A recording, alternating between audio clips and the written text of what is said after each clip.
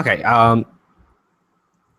Yeah, I think we're live. Hi guys. This is MGTOW Indian with Renee and Pirik Victor.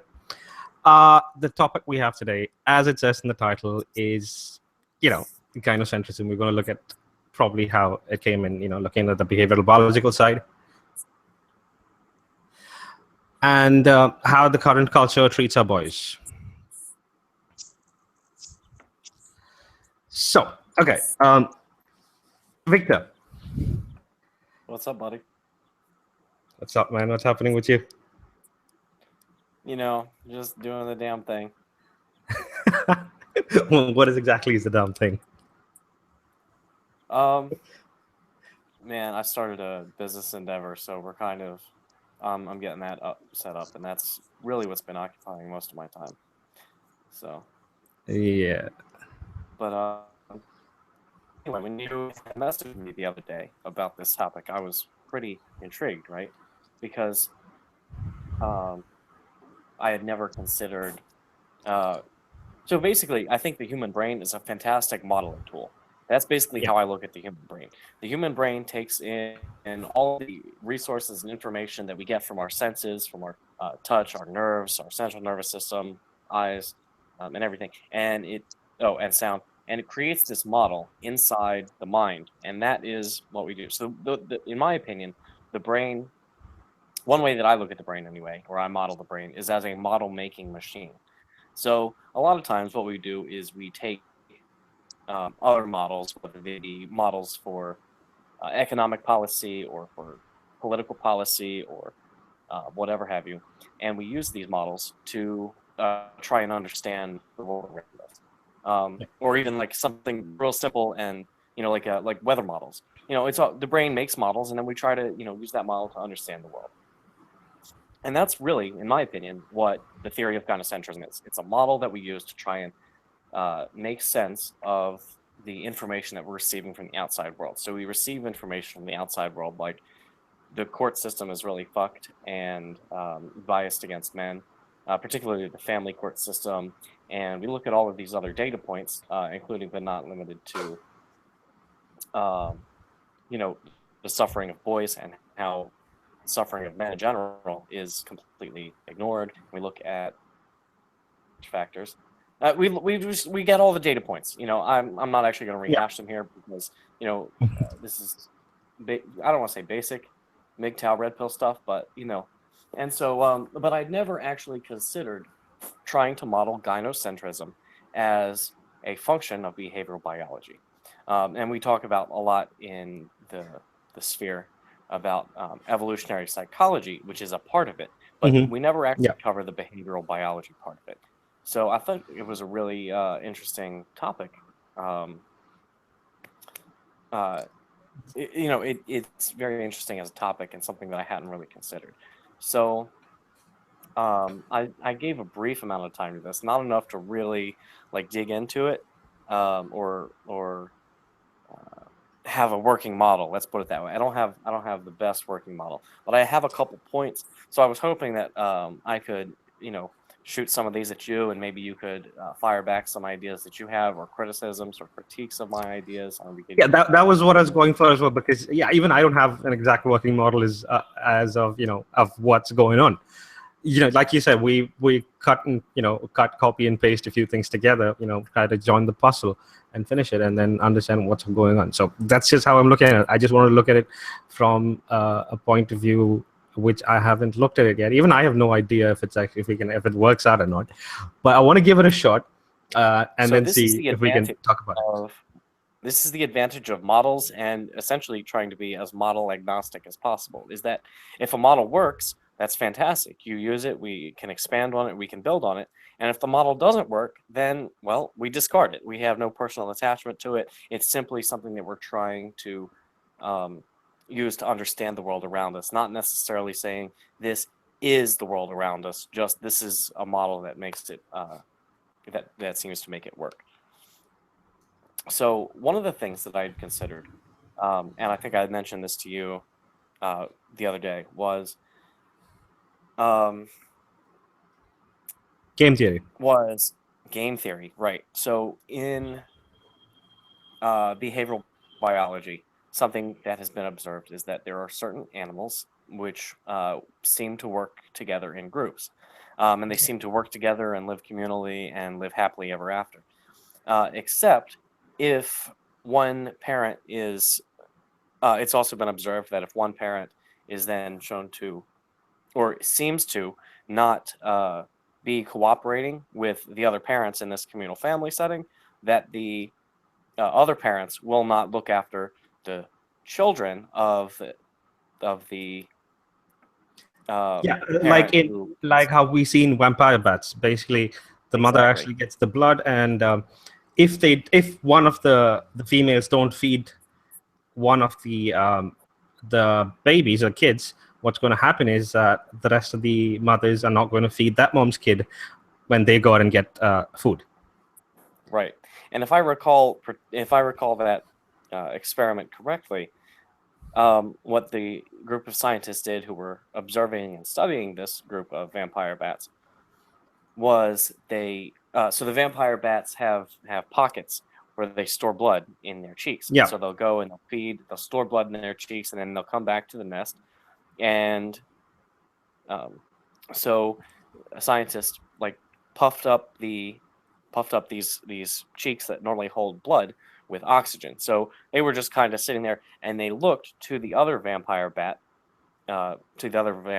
in this community that they were that they had food, that they had blood, that they were and denying it, when really this poor bat was just being a lab rat or a lab bat. Yeah, I didn't know. I mean, the rat obviously. I mean, the bat didn't know that it was puffed with oxygen.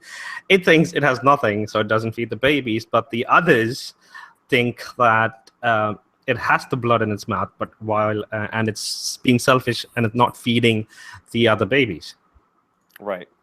So now at this point, the reason I bring this up is this could be one way that we look at that we could say, well, perhaps this is something that influenced the development of gynocentrism, particularly in females, because females, as we know, exhibit. So gynocentrism, it's universal in humans as far as we can tell. Yep. Except it's different between men and women. So whereas women exhibit in-group preference, men display preference toward the females. So what we would expect to see, or something that we could expect to see, would be that in this kind of situation, women that look out for the other well-being of women are also looked out for by other women. So they kind of basically, for obviously women do compete, but when it comes to women versus men, women will always group together. Yes, even if that's they for know sure. they're wrong. Yeah, that's pretty much true. So this is kind of where I think some of that particular aspect of communal living and everything falls into play, where if a female doesn't exhibit that in-group preference, she will be shunned by the rest of the females. Yeah, I think we see that a lot in the feminist group itself. Feminists women that don't follow that particular way of thinking, Mm-hmm. the whole patriarchal thing, patriarchy concept, they get kicked out straight away. You see that with Christina Hoff-Sommers, who I really don't support at the moment because she keeps saying the pendulum swung too far, which I don't support. But yeah, what she says actually does make sense to a certain extent. Well, a prime example of this, and obviously she's a herald of Red Pill information, Esther Vilar, with her book The Manipulated Man. Oh, yes. She stepped out and said something, and in return received death threats, and has been, so that's just kind of one. Yeah, she was cast out. She was cast out by the the women. Like, even if you can actually see in her the ones that were published after, she writes about how she didn't know that this would be the effect that would have. I mean, she knew if there would be a certain amount of uproar, but the amount of uproar that happened, she wasn't expecting it. And but she said that, even if she knew what was going to happen, she would have written it anyway. So that's one idea that I was kind of kicking around. But the thing is, behavioral biology actually goes along with evo psych as well. I mean, you're looking at the social and biological behavior of human beings. I think that's what behavioral biology is all about. I think it does actually link in a lot with evo psych. It's basically social sciences and biology mixed in together. Right, which is one of the things that I found most fascinating about it. Because I'll be honest with you, when I studied biology in high school and in college, I thought it was the most boring shit ever. Like, it is so complete, or at least the way it was presented to me was completely irrelevant. Like, okay, I understand that there's a Golgi apparatus within cells. How the fuck does this translate to my daily life? I agree. I mean, we had to fucking cut open frogs and cockroaches. What the fuck was that use? Yeah, I walked out of that biology class. I was like, man, fuck this shit. And instead I went and took physics. So anyway, I digress. So, whereas Sapolsky's lectures on behavioral biology were much more practical, particularly after taking the red pill. And Sapolsky doesn't really go hardcore red pill behavioral biology. No, he doesn't. I think he knows. He knows it. He knows, but he doesn't go there. He should know. I mean, all I'm gonna say is there are certain places where I can sit there and say, oh, well, I can see how I could apply this with a red pill lens, particularly in his several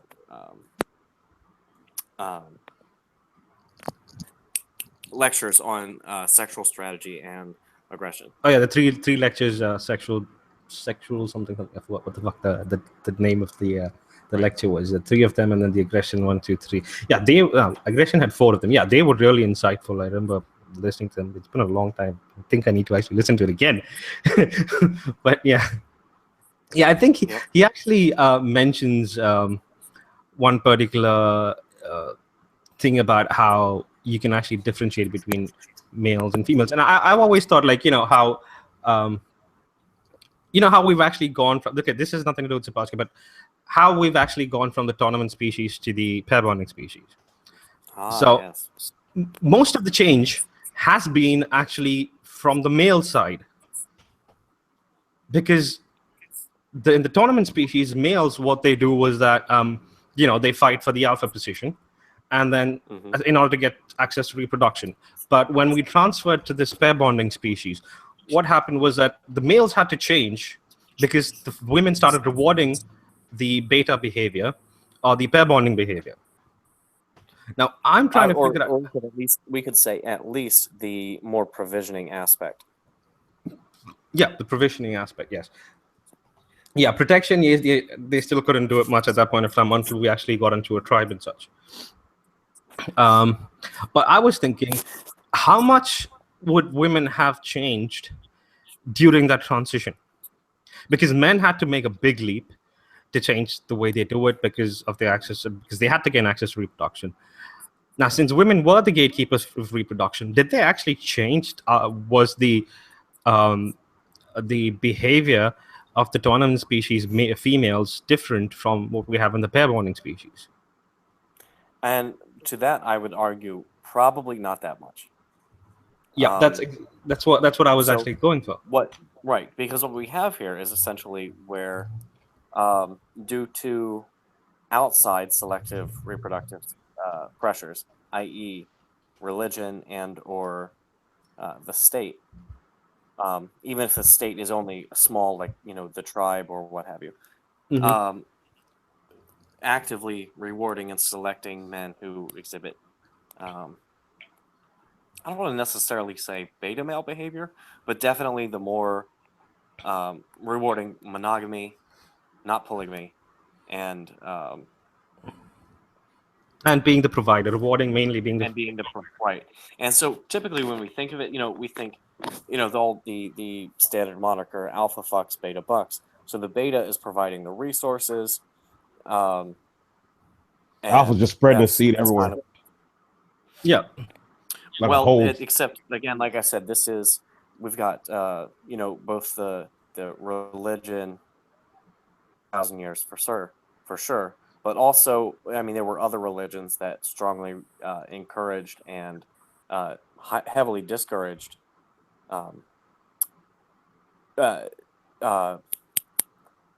monogamy. Polygamy and like okay, right, adultery. So the woman cheating. When you look at the Judeo-Christian religion, particularly Judaism, and I'll cover this later because this goes into my next point. Particularly Judaism, that heavily discourages female adultery. sluttiness. Yeah. Right. Adultery. That's the word I'm looking. Thank you. Adultery. Adultery is punishable by death. Wow. Okay. And not only in the books of the law, the Torah, but also in the Quran as well. So we have these very patriarchal religions, and like I said, this is just the past couple thousand years. But there were other religions that predated these that established monogamous relationship as the norm and enforced these through religion. So I would argue that we have an outside pressure acting on the sexual strategy for males to reward beta male behavior per se, or provision and protection and so forth. Wait, to reward females? While simultaneously not acting on female selective pressures very much. Now, certainly, they were just kind of like handed a mate and like, here you go. Maybe their father would have been involved in selecting a mate, really, basically, if you were a woman and you had a vagina, you had the option to reproduce, unless you are really fucking ugly. Forget ugly. Even ugly women got to reproduce. Okay, the only possible way women did not reproduce if they were handicapped. There are some ugly fucking hoes, man. There are some hoes. Listen, not even a paper bag. Not even. Whew. Dude, I saw a marshmallow bitch. Like, she literally looked like she was the inspiration for the Michelin marshmallow man. I'm not even bullshit. Face and everything. So, did you get another? Fuck that. No, what I'm saying is because we've got a shitload of ugly women in India here as well, and we've got a shitload of beautiful women. But here's the thing: even the most ugliest women I've seen over here still, get married, get a wife, husband to look after them. The ones that are tougher to get married off are the ones with some sort of disabilities. Right. Because that goes into the whole. There are individuals of both sexes, let's be real here, who, for whatever reason, are basically unmarryable, unfuckable, really are just so unattractive for whatever reason, that finding a mate is incredibly difficult, particularly finding a long-term mate. Mm. Yeah, here what happens is what the fuck? Why am I getting an echo? Oh shit. That wasn't me. It wasn't me. Wait, is it still going? Okay, nice. I can't hear it anymore. Okay, so here what happens is, even the ugly women, they find some kind of guy. But when it comes to these disabled, or handicapped women, what happens is you have to give a shitload of money to the guy, the dowry system. Which you still see kind of, existing here. And you see that, once if you're, the fathers, when their child is disabled, they automatically, the first thing they think of is, shit, I have to actually, give a lot of money to the guy that I'm going to marry her off to. Right. Yeah, funny thing is, even though we're here in America, we don't use those terms or anything like that. But I have a brother, and this bitch is just fucking fugly, fat, sounds retarded. And I don't know why he's fucking with this bitch. I'm still lost. and her family like does everything for him. Like they just are just like I try to explain it to him, like, dude, they're trying to get you to marry this bitch and take her off of their hands.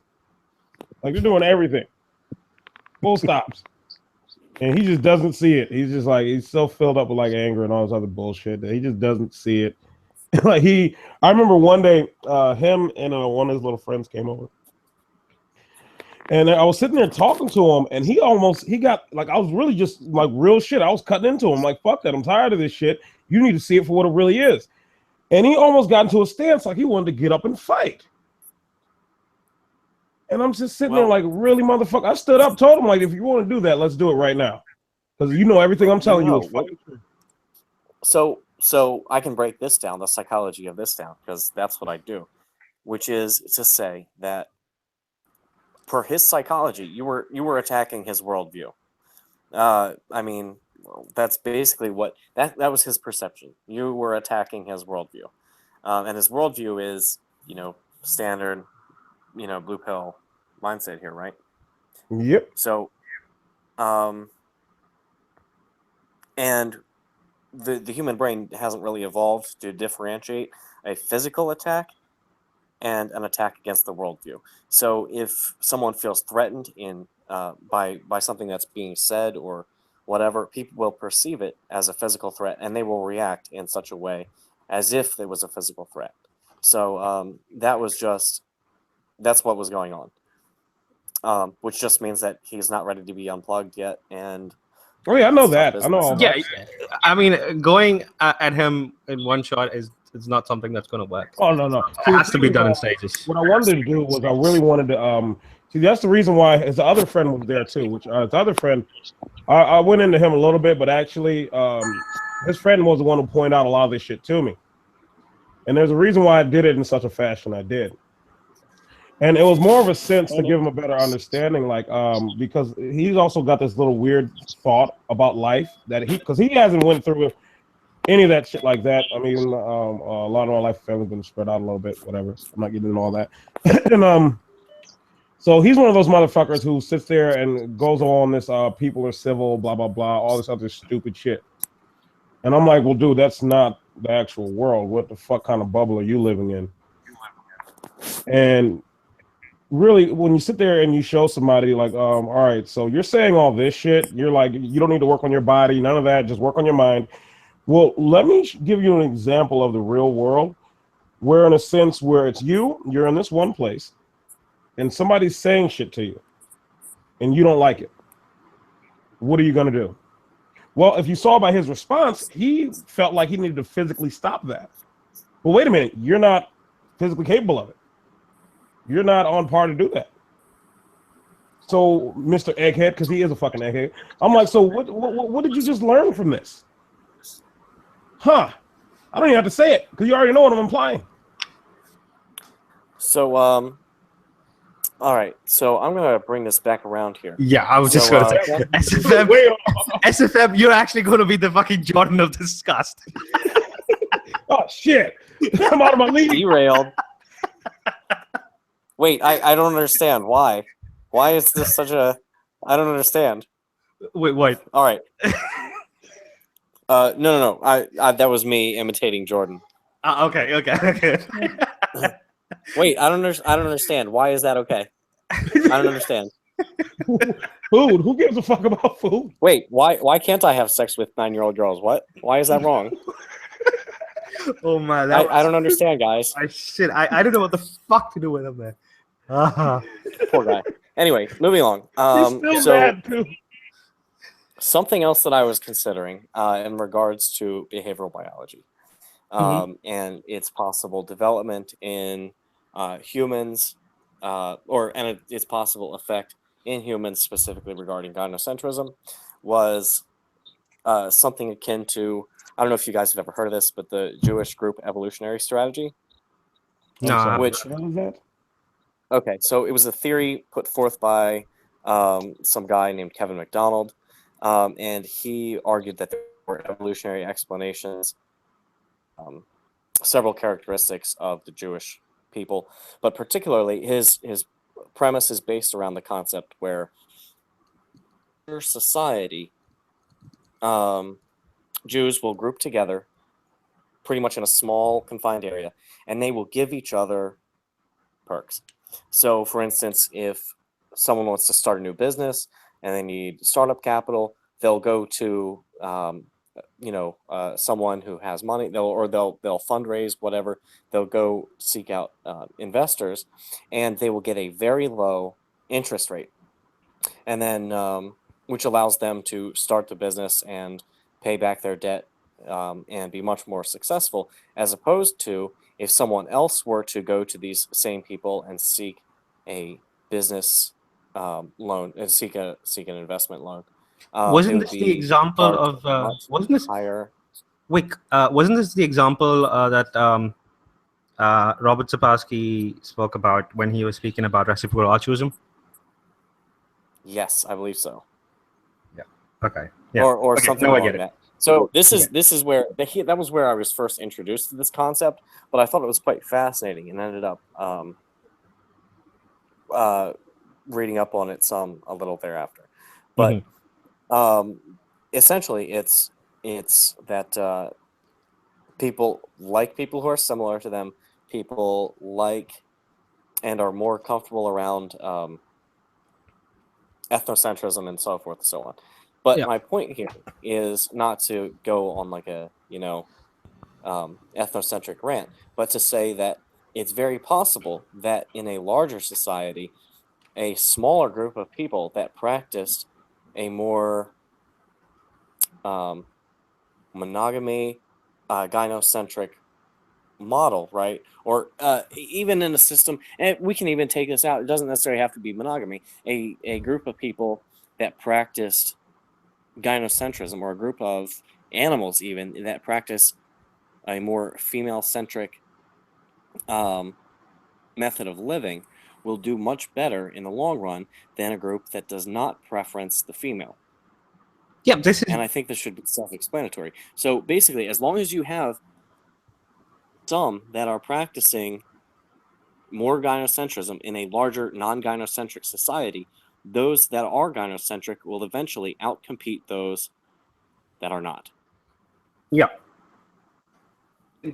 Which goes into that whole, altruism type thing. Yeah, that was actually always one of my explanations to actually debunk patriarchy theory. To debunk what? To debunk the whole feminism patriarchy theory. Oh.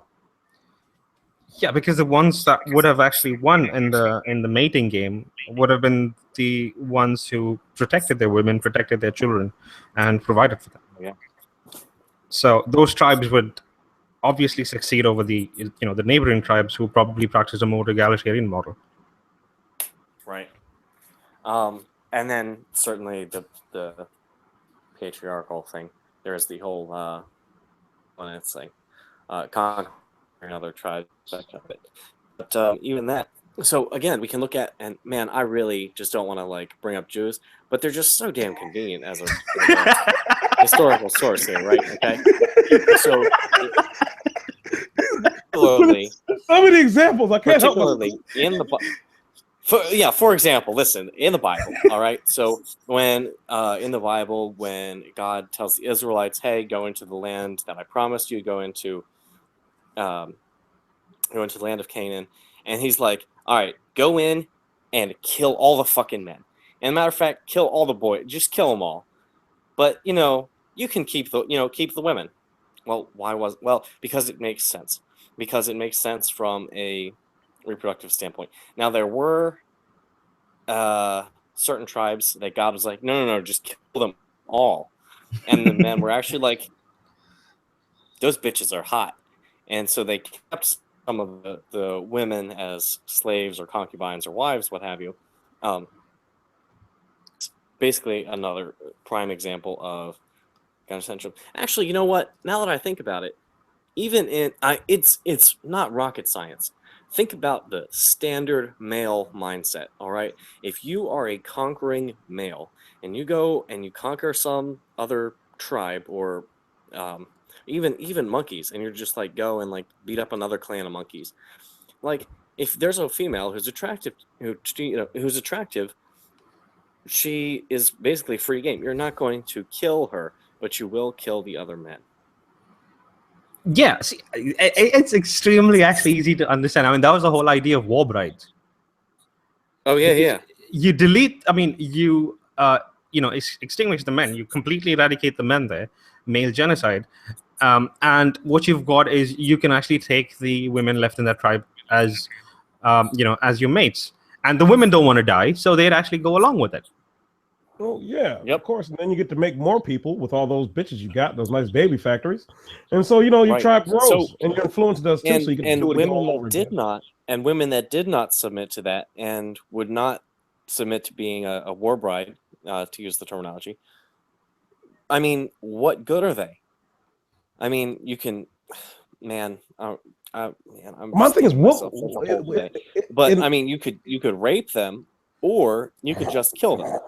And this is terrible. I'm not advocating this. I'm just saying that this is the mindset of somebody. Like if there's a woman who just is completely not in tune with the whole war brides dynamic, then voila, they get eliminated from the gene pool. Yeah, they do. You shut off that particular aspect because Right. Even before the wars, I mean, we're talking about even battles between tribes. We would have seen the same phenomena. So this would have been happening a lot before, way long before, we even started having walls around us. We would be having fences, of leaves and shit around us. Even during those times, this would have been the same principle that was applied. These men go fight the next tribe, and once that the men of those tribes are destroyed, you take the women of those tribes to breed with them. And right. And you doing that, you increase the size of your tribe. Mm-hmm. So the bigger the tribe, the higher chances of survival. Well, I just said that, but somehow you said it and it sounds smarter. See, fucking nerd squad, I swear to God. Nerds. So what I see is I feel that gynocentrism actually has different phases. Like it's not just one single phase like gynocentrism. So probably the first phase we would talk about is back in the old days in the caves, the gynocentrism where it's just the basic instinct of protect and provide. That's it. And then gynocentrism 2 would have been what came in with the whole idea of romance, and this should have probably come in during the medieval period. Cross-cultural influences and such, where you have the idea of romance coming in, the idea of love, and it's not just about protecting and providing. It's also about loving the woman. It's about caring for the woman. It's about all that sort of thing. Giving the bitch more. That's all it is. And then it shifted to this third phase that we have now, which is just about the state taking care of the woman rather than a man taking care of a woman. Actually, I was talking about that earlier. It's more of a sense of, it's like this. All right, so the whole thing about the whole commitment thing, there was that basically, just imagine a man and a woman sitting at a table and just speaking outright blatantly about exactly the transaction that's going on, this and that. And the guy basically says, well, here's the thing. If you want me to keep giving you shit, protecting you and providing for you, you only fucking me and you're going to bear my children. That's it. That's exactly the rules. The moment you leave this house, I don't pay you shit. The woman says, gotcha. Okay. Now, fast forward to now. I think going off what Indian says, right? Oh, damn it. It's kind of like a feedback loop. So you have a system where you start with perhaps minimal gynocentric influence. I don't want to say non-existent because I think gynocentrism exists in most observable animals. Yep. I mean, I'm going to say not all, because there are some that I can think of that don't really, like sea turtles, for instance. Like, I don't know if sea turtles practice gynocentrism. You can't see much of gynocentrism in tournament species either. Mm-hmm. You see it in mostly pair bonding species. That's the thing. But even in tournament species, like they don't go out of their way to kill women, whereas aggressive males will go out of their way to kill men, to kill other males. Yeah, So- because I get that. I understand that part. No, what I'm saying is they also don't go out of their way to actually protect the woman. Okay. So that's what I'm saying. I'm talking about the protection side, not the aggressive side. Yes, they don't, they're not aggressive to the women, but also at the same time they're not going to actually protect the woman. Oh, fucking ambulance and shit. I live by the roads. If you hear crappy noises, forgive me. Anyway, so yeah, what I was saying was, in the tournament species, you're not going to see these. So let's take example of chimpanzees. They're not going to actually go around and protect or risk their life for the woman. So the protection is not there, and the provision isn't there either, because in the tournament species you don't see the alpha male providing anything for the female. So protection nil, provision nil. All you see is basically all they get is the male sperm. That's it. So I believe you don't see that gynocentrism as such in the tournament species. Okay. But I think there is some kind of a feedback loop and a feedback mechanism here, where the more so to a point, right? So gynocentrism does have its benefits. Obviously, like I said, with the for a tribe or whatever surrounded by a larger community that practices gynocentrism will probably do better and reproduce higher and have better offspring success rate than groups that don't practice gynocentrism as much. So they'll do better. Society then levels off and adapts to that level of gynocentrism as that tribe becomes dominant, and then a little more, then a little more, and gynocentrism just kind of it works. So a new standard of gynocentrism is established, and then it works, and then a bar is set even higher, and a new standard of gynocentrism, and it keeps going. So it just keeps feeding itself and getting bigger. Right. And eventually it comes to a point where where it doesn't work any longer, but the expectation is that it will. And so I think that's kind of what we have right now, which is where gynocentrism is so freaking out of hand. So like the state forces men to pay taxes, with threat of imprisonment, to pay for things to make women's lives easier. Everything from roads, which I'm happy for, to be honest. I want roads paved, but also large militaries and protection for the entire tribe, which again I'm in support of. And then you add in like the welfare and then you add in male competition and and gynocentrism becomes so exasperated to the point where females are so preferenced and so privileged and so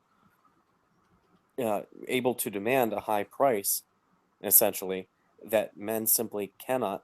And this is what we see happening with a lot of, like in Japan in particular, where it is simply not worth the risk for men competing in that mating game. And then you have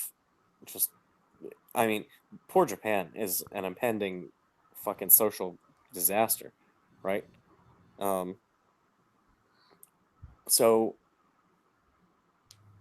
It's a feedback loop which works and it works and it works and it works until it doesn't. Until it implodes. Did you just have your old loop? What the fuck was that? No, what he said actually makes sense. Like the phase 1 reinforces itself to become phase 2, and the phase 2 reinforces itself to become phase 3. Yeah, I get what you're saying. It's dope. So it's dope it makes a shitload of sense. And yeah, I think it is it's going to just keep feeding itself till it fucking dies out. I don't know what it's going to take for it to die out. That's another thing. Because I was sitting there thinking about it, and I'm like, why could people have this mind on, like, if it ain't fixed? I mean, it ain't broken, so it don't need to be fixed. And I'm like, well, because if you look at it through a survival aspect, they're like, well, we're constantly having more people going, and people are like, the bitches are living longer, so we're doing it right. We're doing the right thing. While the guys are sitting over there dropping like fucking flies. And they're like, no. So that's supposed to happen. It's good. Look how many people we got. Look at this shit. See all these people and stuff?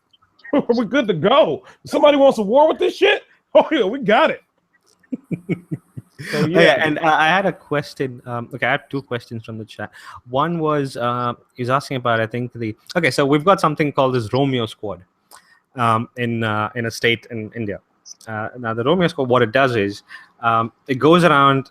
These are cops. They go around stopping Eve teasers, but they're supposed to at least. What? But they go around and stop catcallers, basically catcallers, molesters, and such.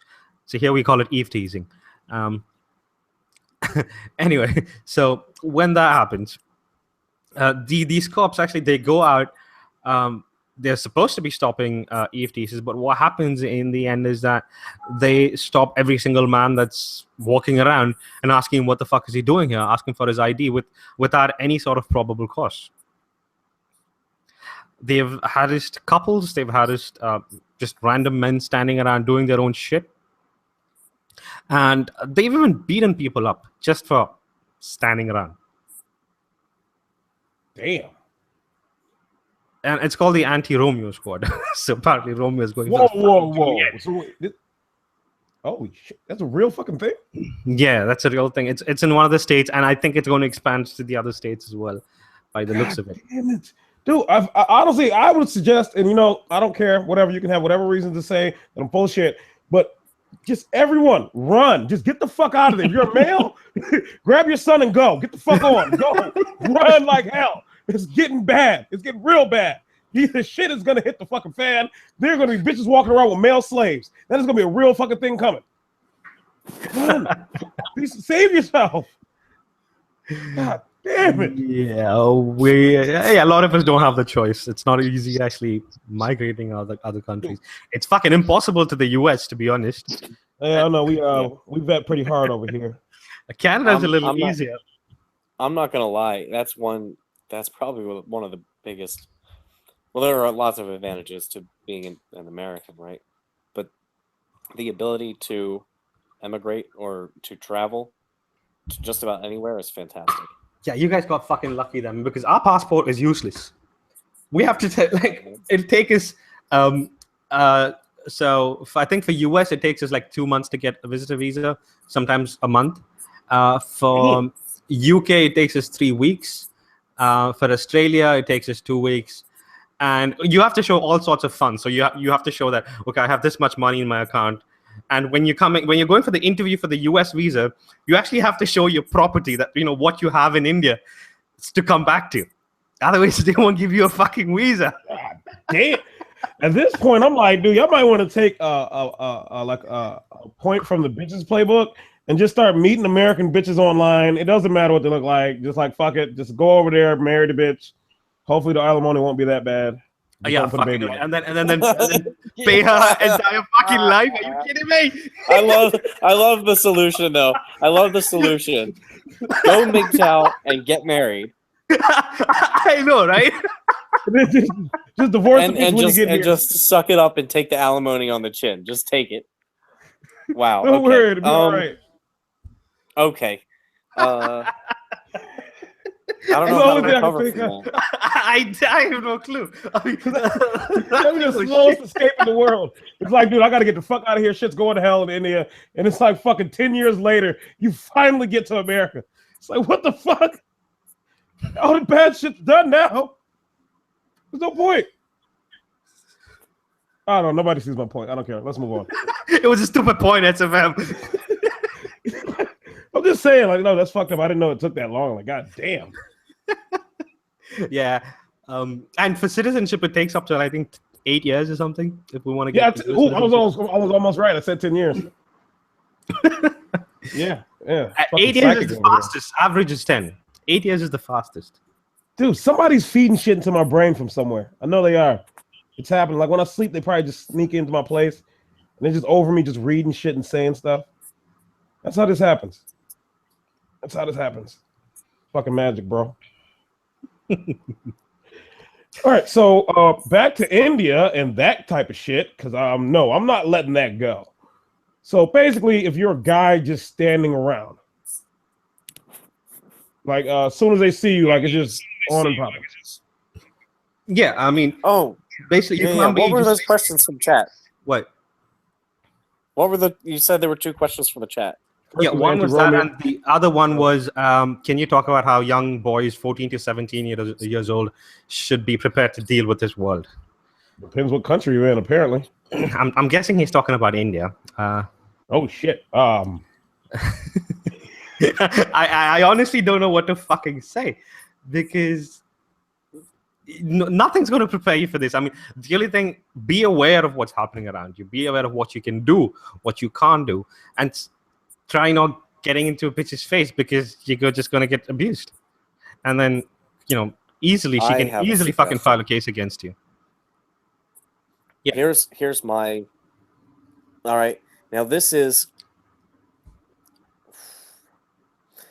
works for me in America.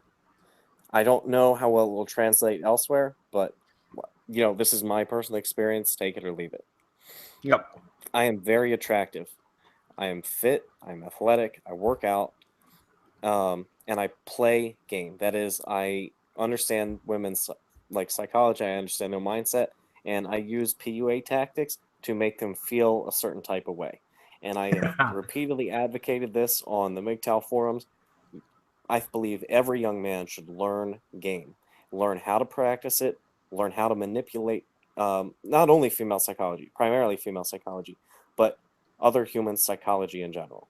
If you learn to manipulate and play upon people's psychology, you can basically keep, I don't want to say keep yourself free. You're not from invincible, all but problems or whatever. But if you're an attractive person, you get the halo effect going for you.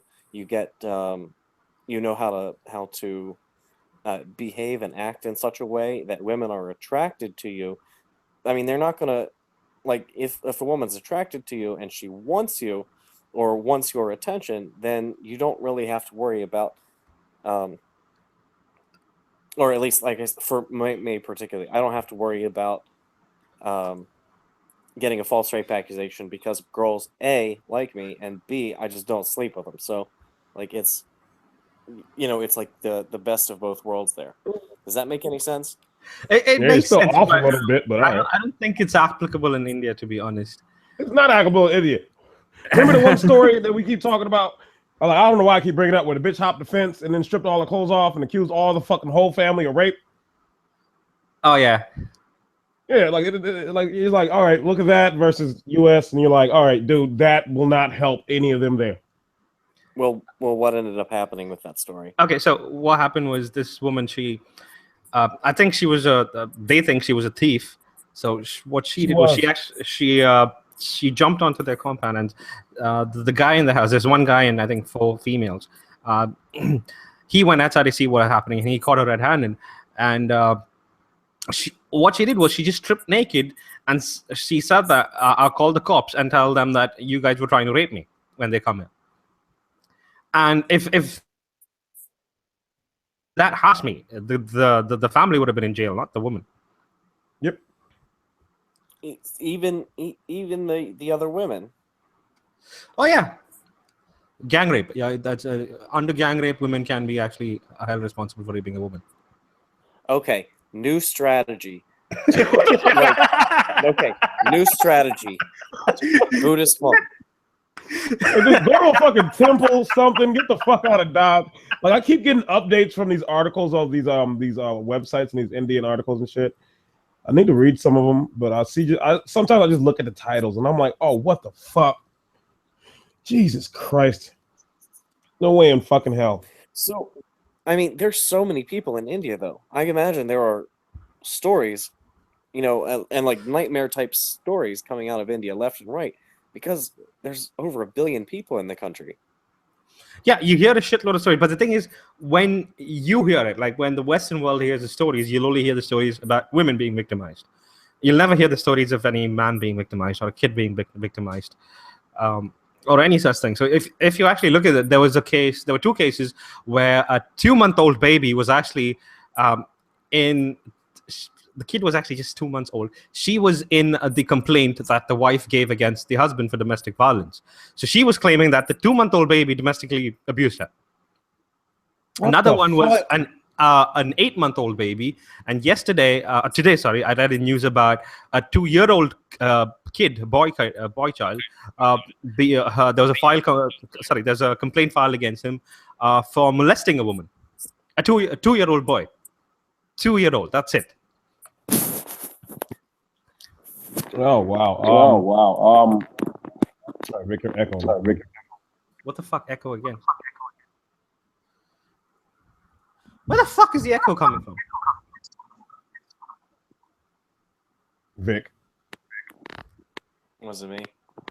I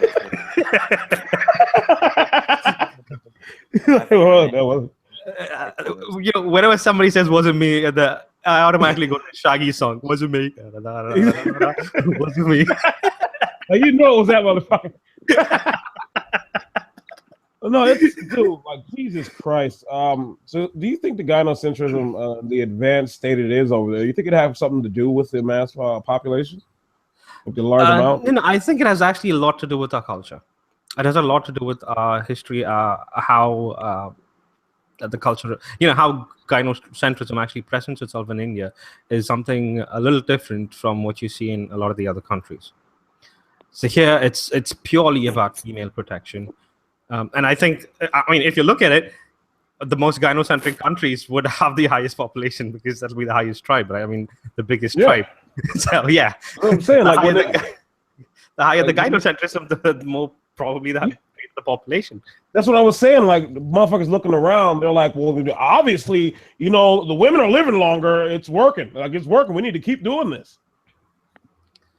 While on the other, like literally out of the peripheral vision, like dudes just dropping like fucking flies and all types of crazy shit. I'm like, no, it's working because the women are still alive, and look at how many of us there are. There's so many of us. The funny part in India is that women are 48% of the population. I would have expected that to be larger, but then I understood that it's not because of that. Women are more because men are seen as utility for the parents, so they always want a boy child, not because they love boys. Because they have somebody to look after them during their old age. Because if it's a woman, there's a very less likeliness of her looking after the old parents because she'll be married off to somebody else. Because she'll be married. So basically, you're following the same model as the Chinese model, where basically the boy is the provider. Yeah, but you can actually sue the guy. You can. So if I have a son and I'm like 60 years old and he's not looking after me, I can sue him. Shit. I can sue my own son saying that he's not looking after me, and the court will tell him to actually give this certain amount of money to provide for the parents. Damn. It's real over in India. They don't fuck around. You're gonna protect and provide, motherfucker. You don't have a choice. Walk away. Try going to the US. Yeah. Let's hear about that shit in 10 years. God damn. Those motherfuckers know how to set it up. They know how to set it up. Yeah, so they've set it up in a gridlock. You're basically locked from all sides. You can't move. You can't make a move without. If you make a move to look after yourself, you probably won't be legally culpable until your parents sue you. But otherwise, you'll be socially kind of set aside. That's what's happening to me here. Everybody's behind my ass. Ask me to get married, and I'm saying no, I'm not going to do that. And I've got my relatives on my ass. I've got distant relatives, like I don't know, my fucking 4th or 5th cousin. Why the fuck aren't you getting married? Dude, I don't even remember your name. Who the fuck are you? I honestly did. God damn. And that's the thing that I really wish a lot of men would understand, because that's gonna be everywhere. If you're a man, which basically you are a utility and you are a fist or a hand to hold a gun or something like that, you're used for doing shit and earning stuff. So when you say, you know what, I'm removing myself from this, I'm going to walk away, they just look and say, what the fuck does that thing think it's doing? Yeah, exactly. What does it really think it is? It's not following the system. It's not following the system as in protect and provide for the woman, further your generation and provide, your resources for the country. That I'm gonna be doing it anyway because I have to pay taxes. Yeah, my thing is like you take my taxes, you take all this shit, kiss my ass. All right, you got your money, leave me the fuck alone. But that's not good enough because they want the other shit too. You don't see. Here's the thing: a lot of guys don't get. They're looking at you saying, "Well, you just can't do just one and think you're okay. You need to do both." Yeah, but the good thing is at least you know, I mean, it's not a good thing, but it's like you know, a silver lining kind of thing. What you can see is at least they don't hold you legally responsible for not marrying a fucking woman. Yet. Yeah, yet. So before I go, I want to bring up behavioral biology one more time, Sure. which is so one thing that I can't quite figure out is what would have brought about men preferring women to other men. Like what what would bring about that kind of behavior? Right. As in, So wait, obviously- just when preferring women. right. So women have in-group preference and men do not. I think that's So pretty simple to explain. It's chemical highs, man. Because for one thing, you've got to understand, we came from autonomous species which had a lot of male competition. Okay. Okay, so you never had an in-group in the first place. No, because you already knew, like, Right? And secondly, you've come off to your pair bonding species, so you are more in tune with siding with the women because you've got to protect and provide. And at the same time, prevent other men. It's not going to be other women coming and fighting you, is it? It's going to be other men coming and fighting you. So if you have that in-group preference towards men, you won't be able to protect your woman.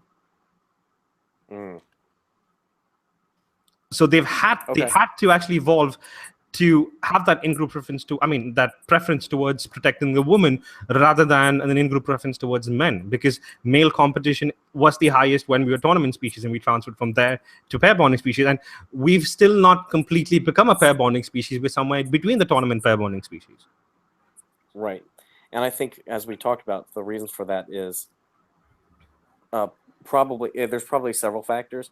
First one we talked about, which was, how much the males have had selection pressure to become more pair bonding. Have the females? And the answer is not really. Thirdly, there's a significantly high amount of like alpha male competition. Like the alpha male brute, the Genghis Khans, right? Yep. And the conquerors. And thirdly, shit, I don't remember what the third one was.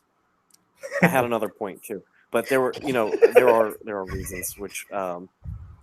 Shut up, Stank Free. This shit happens to me all the time. All right, guys, I gotta head out. All right, Victor, thanks for coming on, man. All right, guys, I'll catch you later. Don't go pair bonded, man. Dangerous. That's another aspect I don't think a lot of people, if you look at nature and those pair bonding species, women are, I dare say this, and yeah, I'm gonna say it as a matter of fucking fact.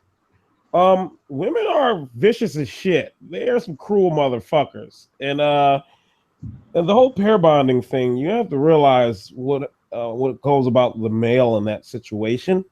If the humans were ever to take that path of just becoming completely like that's it. You notice that dudes would be getting fucked up pretty bad by women, all the time, all the time. Not even playing like dead ass serious. Females will straight up have harems that do. Like females try to harem shit now. They do it with these are just my friends shit, and it's pretty sad. I see this shit, and but you have to understand in our sexually dimorphic species that we're kind of in a good space, but not really. Because, they've got the legal advantage, and especially you look at the mate guarding and the white knighting and all that shit, that it's pretty bad. But at the same time, at least you could be happy with that. You're going to be bigger and stronger. And that bad part is she's going to probably use a weapon. And possibility, if you're still blue pill, you won't look at her as a threat. So you'll think she's not going to do anything because you're still in that disillusion. And she's going to plunge a fucking knife through your chest. Actually, I think that's actually a super response to a super stimulus from women. So it's more of this artificially manufactured neoteny. First of all, neoteny has this single fact of bringing out this it's like a releasing mechanism for the protect and provide instinct. You see a child, you've got to protect and provide for the child. Yes. So it's an instinct that you have. It brings it out.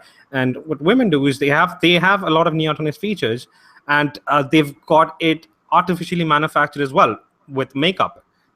So the bigger eyes, bigger forehead, smaller lips, a smaller nose, things like that. And what it does is that there is a higher chance of you wanting to actually protect and provide. So you're not going to see them, like you said, as the aggressor or as a threat. And if you look at it, like the neotenous features, I think it brings itself out mostly in the animes. Yeah, they do. You see the animes and see the bigger eyes. I mean, that's you usually see that a lot with like the Chinese, Japanese community in North America. Because you see them as petite and innocent, but of course that's not always the case. Yeah, we black dudes. We know what we're talking about. I'm not bullshit. Like anybody. Staying free is right. Like I'm not going to deny. Chinese women are attractive, but there's an other side, and I've experienced that other side, and that is like they're very aggressive. Mm-hmm. And what I mean by this is like when you first meet them, they seem very what's the word I'm looking for? Cute and caring and whatnot. But after a while, you're gonna see the dark side, and that dark side is bossiness, pushy, and when you confront them about their behavior, they're gonna say, "Oh, I don't act like that." Yeah, that's mostly what you see anyway. Yeah, and you get disarmed by all the neoteny and shit. And then also you got to remember, a lot of them that I've seen, like they're really really close knit with their families and shit like that. And now you're getting from all sides, getting from everywhere. I don't know, because like I was talking about before. This is back in my blue pill days. I looked and like there's this whole thing of like black dudes going with Asian chicks, and then like Asian chicks like, yeah, get a black guy. And I'm just sitting there, what the fuck is going on? What is this? Why is this? I don't know. I was hoping MGTOW Indian had like some super smart shit to say about that. I don't understand that, to be honest. I mean, black dudes going for, Asian girls going for black dudes. I don't know. It could possibly be. I could add something to this. Yeah, sure. Staying Free mentioned that a lot of Asian families are very close knit, and that sort of behavior also parallels in the Caribbean community. So there's that sort of cultural thing that both communities share. So I'm guessing that that's a part of it. Oh, so sort of like they both see where each other's coming from and blah blah blah, and this dude's gonna do this, and he's a big black dude, and I don't know. Don't you think it's another way of actually looking at the greater gene kind of thing? I mean, see, all this time they have the option of going for what's available to them there in the Chinese system, and on top of that, they have the cultural things as well. So you marry into your own. Even we still have it here. I mean, you get married to a foreigner, and they're like, "What the fuck is happening?" So I think that's present there as well. But now, since it's freeing up, and Asian women, Chinese or Japanese or whatever it is, they're more open to actually go after any culture or any race that they want. Oh, now, if you compare the Chinese men and the black men, what you're going to see, you're going to see a lot of a greater physique when it comes to black men. They look more like the alpha when compared to the smaller, tiny Asian men. So I think that could be a possible reason, because looking at the whole protector thing, the bigger, the more fit the person is, and the better the gene there is, they're going to go for that. And also, you got to remember when it comes down, like a lot of people forget, when you think about what a woman's choices is, you got to look at the guy she's choosing to fuck, the guy she's choosing to actually have a baby with. and the guy she's looking to actually shack up with. And one of the things, it's like, 'cause I remember this guy did this thing. He was asking about women choosing like taller guys, and in a sense, it comes down to the offspring. They want tall kids. They see it as being like they want bigger children who, in a sense, would be better for them in their older years to take care of them and protect them. So I don't know. That's just one of my thoughts on it. I'm probably like fucked up on it, and somebody's just gonna write this fucking. Even I don't know if I'm fucking right or not. Louis is saying, except white skin is seen as status with more traditional Asians. Yeah, it is. I'm not saying traditional Asians are going for them, and on top of that, I'm not saying that they're actually going for marrying these black guys. No, there's a few. Mad Men Unleashed was married to an Asian. No, I'm not saying they aren't. I'm saying that when you can't look at 10 examples out of the fucking billions and say that's what's happening generally. No, yeah, you can't. Yeah, I'm doing it right now. I'm doing it. Hey, black dudes, run! Asian women are hunting you. Oh yeah, okay, yeah. Let's I think we better get back to topic. Yeah. Okay, so we fucking keep going off. SFM, I blame you. Hashtag blame SFM. Okay, so okay, we're just gonna touch on a little bit of few of the other factors, that actually reinforce gynocentrism, and then we would move forward to boys. So okay, these are, I think, a few factors which I think is kind of reinforces our system here.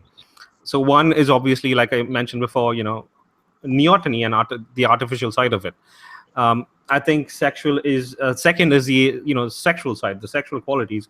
So basically clothes and the fashion designed purely to exaggerate the hips, ass, and breasts of women to make them look more appealing, adds to the gynocentric behavior. And I think the final and the one that's most fucking obvious is the need, or the male need, to pair bond and reproduce. Add to that that women are actually not just know how to manipulate men, they also are taught ways to manipulate men. If you've you've got shitloads of articles telling you how to get the rich guy, where to get the rich guy, what to do when men do this. There was even a book. What was the book called? How to train your man like you train a dog in 21 days or something like that. Yep. I forgot what the name of the book was, but yeah. For any of y'all listening, if you have a younger sister, you'll know, like, especially you took the red pill, MGTOW, you understand all this shit. You'll know exactly what it is when it comes down to all that little gynocentric bullshit. Where basically, like, you ever, like, your sister might knock the shit out of you with something, and you go back to hit her back, and then you don't hit women. What the fuck? And now this bitch has free reign to do whatever. You're basically pushed to the side. Well, well, for me, I have a sister that's younger than me. That's never happened to me. But the argumental side, that has happened. So give an example, right? This was years ago, like maybe 10 or 15 years ago.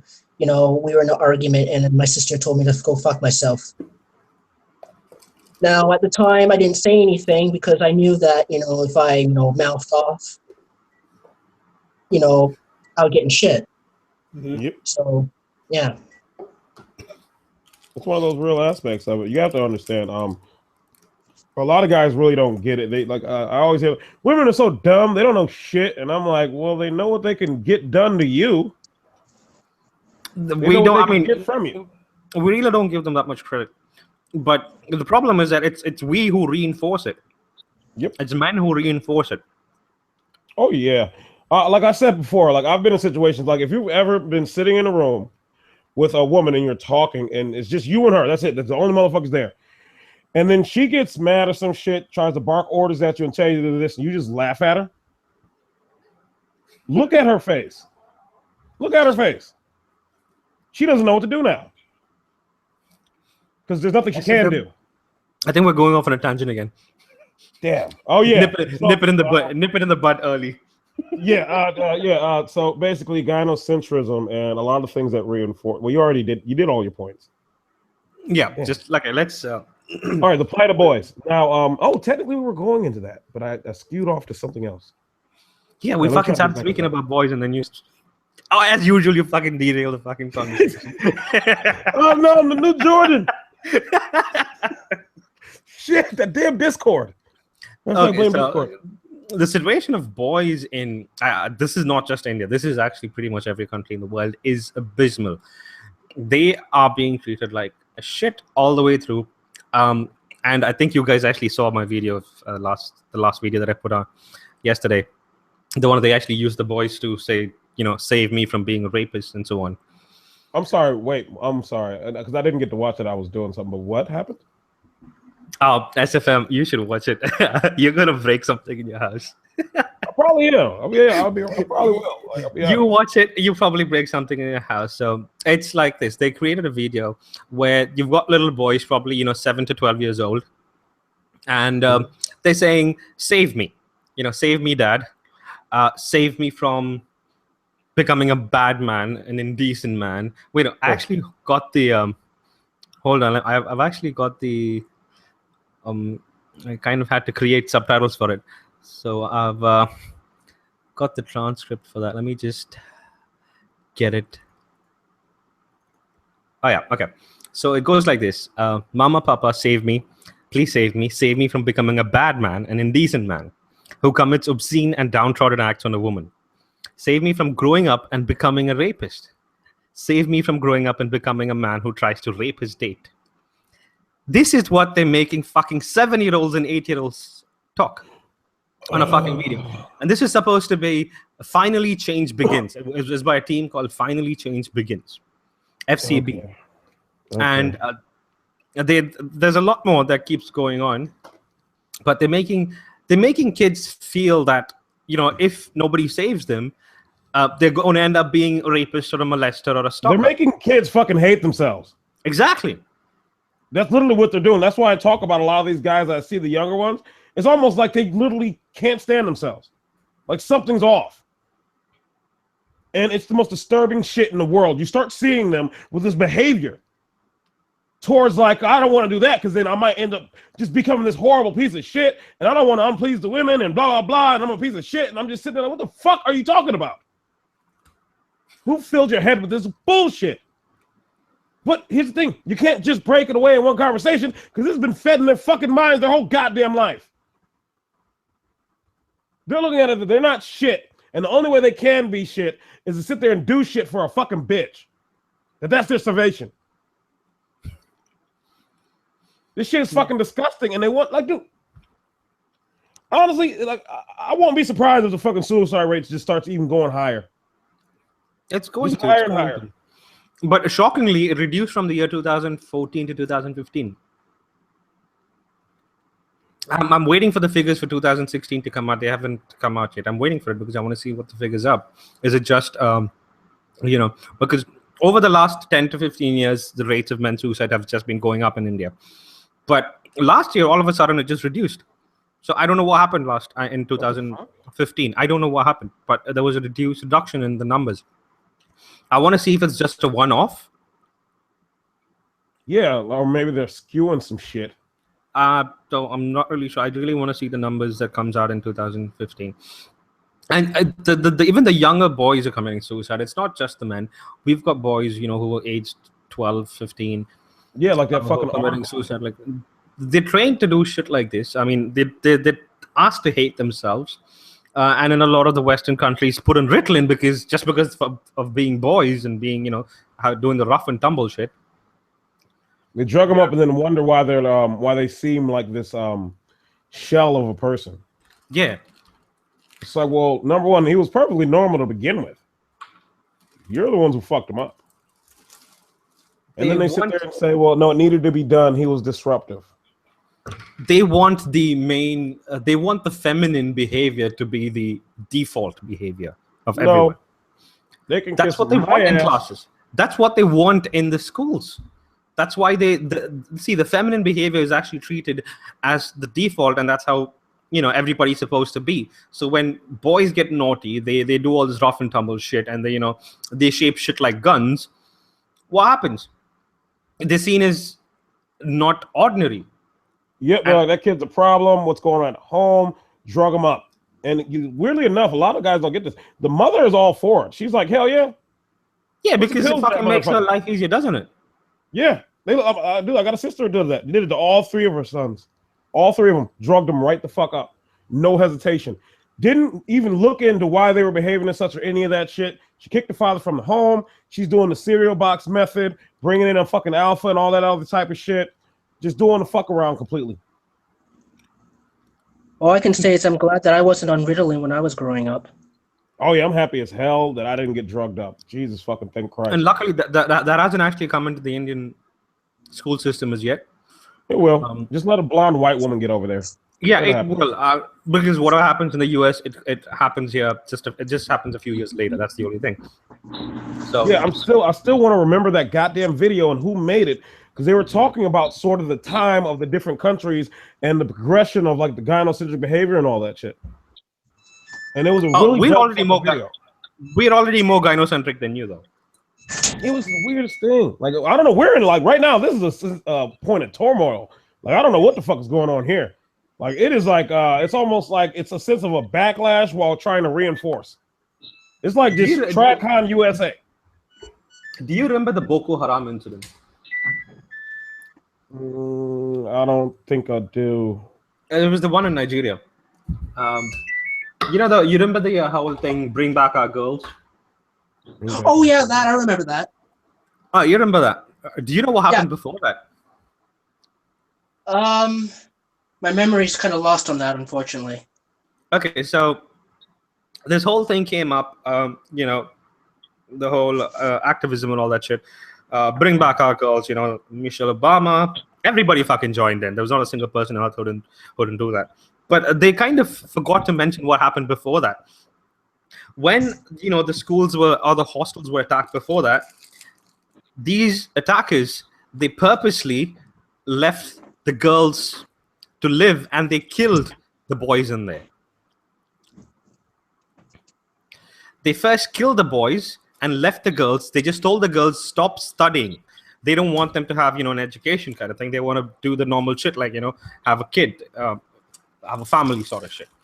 So they went around killing whatever boy who were the boys over there and leaving the girls alone. So these guys were actually chivalrous as well and gynocentric as fuck. And what happened after that? They weren't getting attention. And so they had to go for something else. And that's why they started taking the girls. And when they took the girls, all of a sudden, they had all the attention. They murdered thousands of boys there. And then suddenly, when they kidnapped a few hundred girls, the world is up in arms. You can actually see right there how much they love boys. Well, see, here's the thing. That's why I really don't like when I hear motherfuckers say, like, think of the children and all that. I was running through just a mental thought path when I was at work. Just that whole think of the children, think of the children. I'm just sitting there like, you motherfuckers don't give a flying fuck. It's not about the children. It really is. They say this shit all the time, but that's not what they're... If you look at their actions, you'll notice that's not it. That's not fucking it. They're really saying think of the person who had the children. We have the same thing here because we've got a Ministry of Women and Child Development. All right? And what happens is Jeff Bynes. Who's Jeff Bynes? I remember that name somewhere. He's cool. He comes around a lot. All right. So, we've got a Women and Child Ministry here. And the minister for that is Maneka Gandhi. Now, this woman... Yes, it's a child. She's supposed to care for the child, but she does not do a thing for the boys. Every single thing that she does is geared towards females and female children and adults. Yep. Of course. And I don't even know why they have the child in there. They just fucking put in their female child. Department for Women and Female Children. That's what the department should be named. Because they're really not for children. Well, no, none of them are. Like, here's the thing. A lot of guys, I see them, they sit there like, but women care about kids. And like, I hear that when they say that fucking tone, she's a mother. And I'm just like, shut the fuck up, bitch. What? You don't give a shit about that kid? The fuck you talking about? Number one, it comes down to a play of status, provision, and protection. That's it. If you really think she actually gives a flying fuck, you're out your fucking mind. Why do you think that it's so easy if you know a lot of these bitches? Just go ahead, kill the kid, and move the fuck on. And then they get like a couple years, they get the fuck back out, and they have more. This reminds me of shit, fuck. Oh fuck! I should actually read this out. You know what? You should literally. I mean, seriously, read the fucking Manipulated Man. It doesn't matter if it's actually written by a chick. Chicks hate her. Here we go, trying to push your book agenda again. Motherfucker! If you're lazy to read a book, just say that. Like, dude, just I don't know. Like, I like with the Atlas Shrug, I really did give it to somebody I thought that would have helped them, because they, I don't know. But I'll try. I'll just read it and all that, and then not get distracted by stuff. Okay, I'll actually there's this. He's like, I don't buy that shit. Yeah, I don't buy it. I'm just letting it be. What the fuck?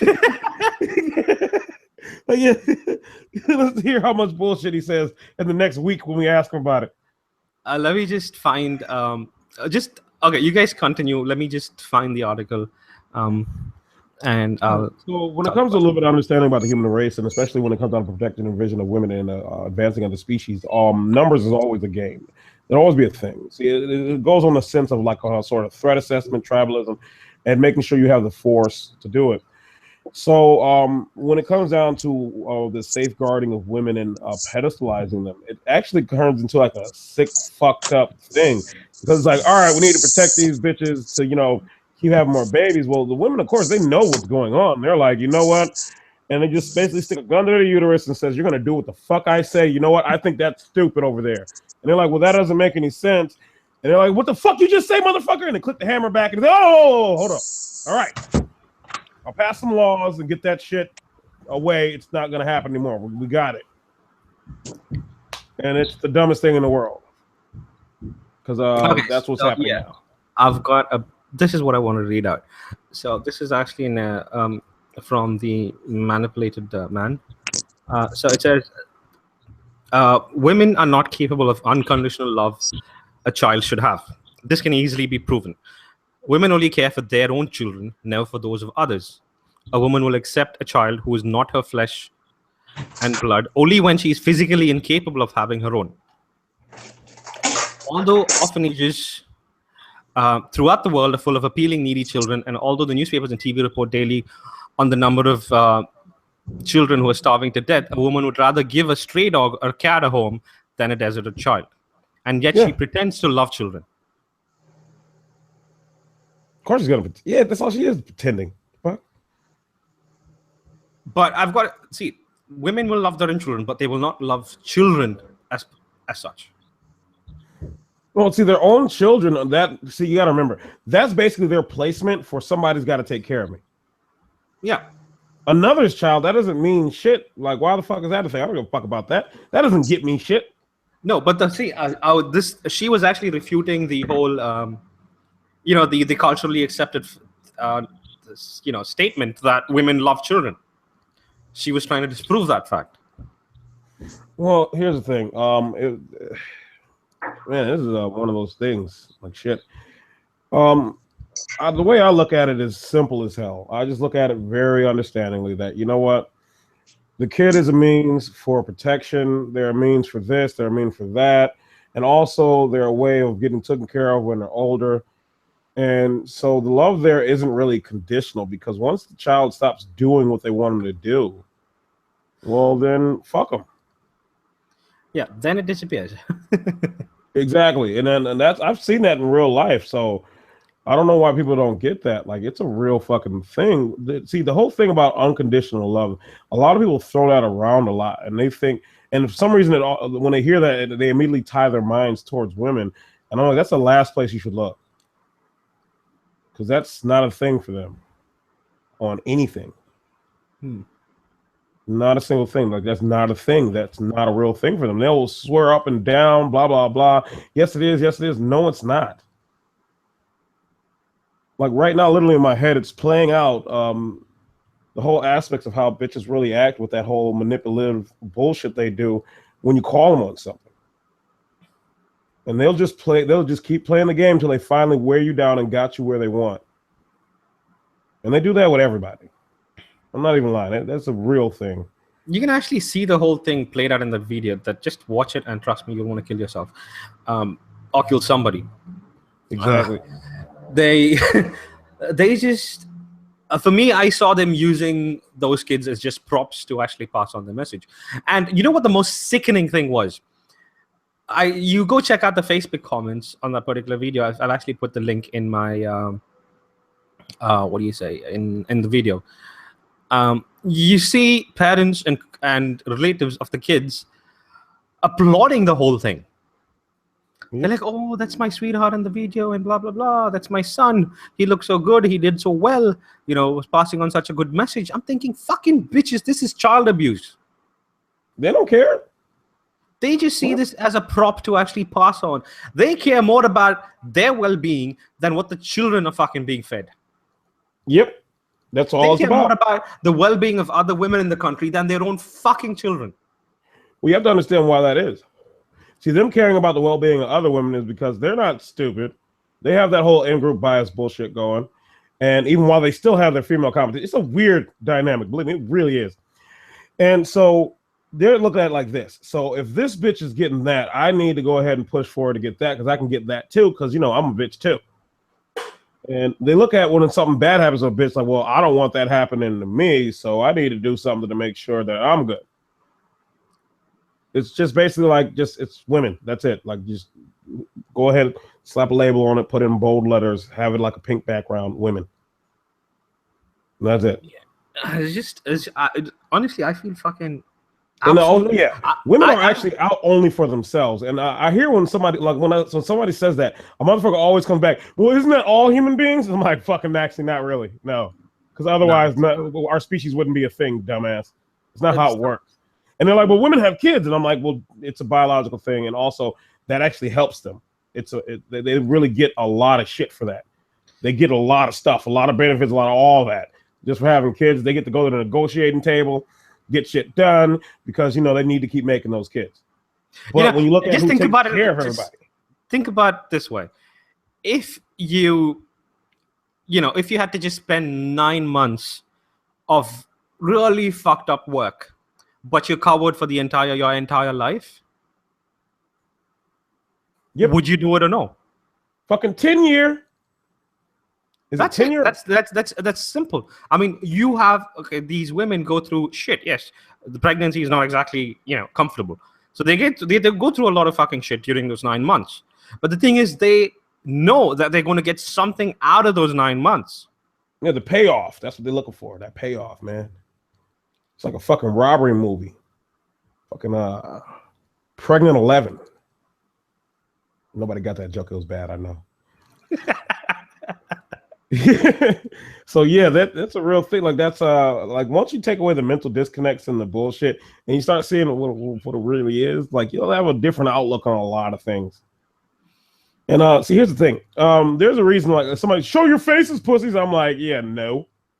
That's the dumbest thing I could do in my life. Do you realize what I'm saying right now? I forgot who the fuck it was.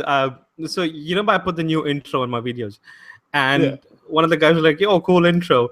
So are you going to do a face reveal?" I'm like, "Are you fucking kidding me?" Yeah, that's a good idea. That's a good idea.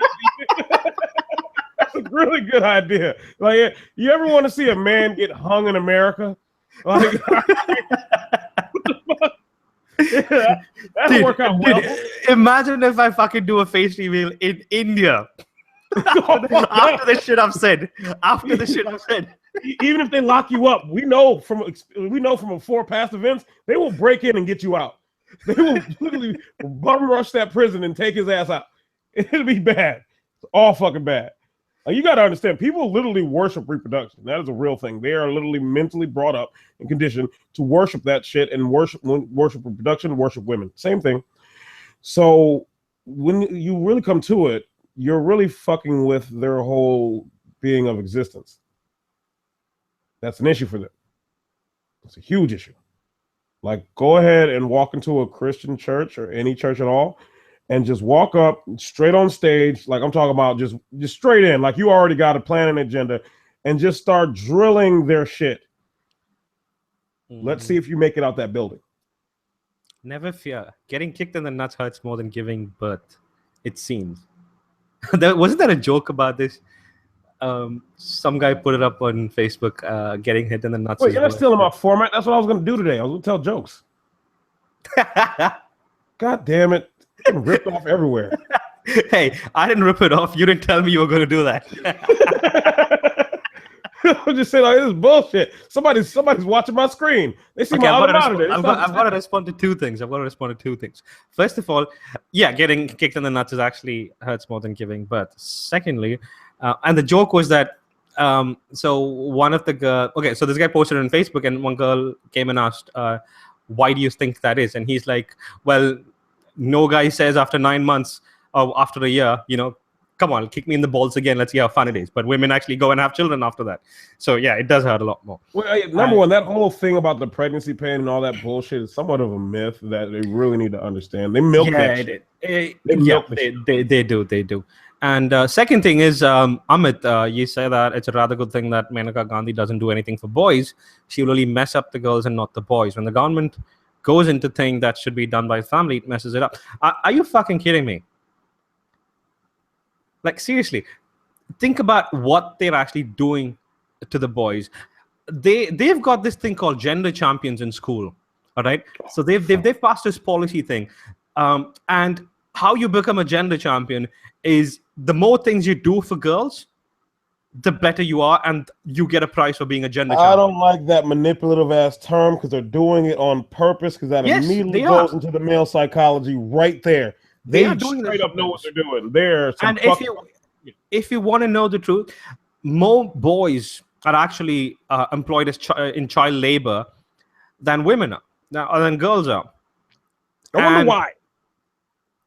And who do you think she helps? She helps Beti Badao Beti. That's like teach the girl child, save the girl child. That's kind of it's a movement kind of thing that's going on here. It's a policy. She doesn't care about the boys. It's not a child development thing. Let's ask government to get out of things it's not supposed to. Well, government has to be into the schooling system to a certain extent. No, I'm going to stop that right there, because a lot of people love that word. They're like, oh, it's the government. It's this agency. Those are fucking people. Those are people. If you took away that building and just put like a fucking table there and just go ahead and look, you'd see these are just regular motherfucking people. That's it. It's just men and women on some bullshit. This is not some fucking weird entity that just runs shit. No, it's actually fucking people on some little fucked up agenda. And let's come up with laws and policies, good laws and policy to replace the bad ones. Yeah, they do try. I'm not saying they don't. They do try. And I hope they do succeed on that. But it's not going to be easy with a feminist-run women and child development ministry. It's going to be nearly impossible. It's going to be impossible. Oh, my bad. Oh. No, go on. It's like the same thing over here in America. You see a lot of motherfuckers, oh, Trump, hell yeah. It's time to be a man again, blah, blah, blah, blah, blah. And I'm just looking like, do these motherfuckers pay attention to any of this shit this dude is passing? And then some people have like their little thoughts. They're like, well, no, he's doing blah, blah, blah. And so he backs him in the corner. Now they got to prove it. I'm like, all right, sure. But do you realize at the expense of who when he's doing that bullshit? And Amit, listen, I'm actually all up for the MRM and the work they're trying to do. But I don't know how effective they'll be, to be honest. Yes, they try their best. I'm not saying they don't. And I do respect them for that. I do respect them for the fact that they're actually giving it their all and they're doing a lot of shit. For example, there's going to be a fasting on the 29th of this month somewhere in the northern part of India to fight for the rights of men. They're trying. I'm not saying they're not trying. And I respect them for trying. But it's not going to be easy. You've got already a gynocentric system along with feminist practices. Feminism is just gynocentrism gone wild. That's it. So you can't just dismantle feminism. You've got to dismantle the gynocentric behavior, which is nearly impossible because it's nature, which is again what do you see, reinforced with nurture? I'll put it like this. Until the MR, like number one, if you remember the MRM, MRA, whatever, they still have issues with a lot of things MGTOW say. They don't want to hear it because, again, I talk about this shit. I don't give a fuck. I'll say exactly what it is because in their minds, you still got to put a bitch in there. They still run on this equality bullshit. Like, I'll put it like this. Ask one of those motherfuckers if, like, literally. Now, if let's say I had a solution. We're being theoretical right now. Let's say I had a solution, but it meant that literally it would be a non-benefit to women. Like, it would just straight up, there's no benefit in it for women at all. You realize they would literally just say no. They'd be like, I wouldn't do that. How dare would I do that? And then you start understanding something. They don't fucking really care about men like that. They care about just being able to have their wife, picket fence, all that shit. That's it. They want to actually get back. They want to go back. They want to go back to where a man can basically live with a woman, have a family, all that blah, blah, blah shit. That's what they want to do. Not realizing that that's not going to happen. People don't work like that. They're not doing that shit again. They're like, no, fuck that. They ain't doing that. Hell no. Okay, so one of my my subs, he's actually got a question. So, what's his name? Cosmission Blizzard. Okay, I'm just going to call you Blizzard because I'm not going to be able to pronounce their first name over and over again.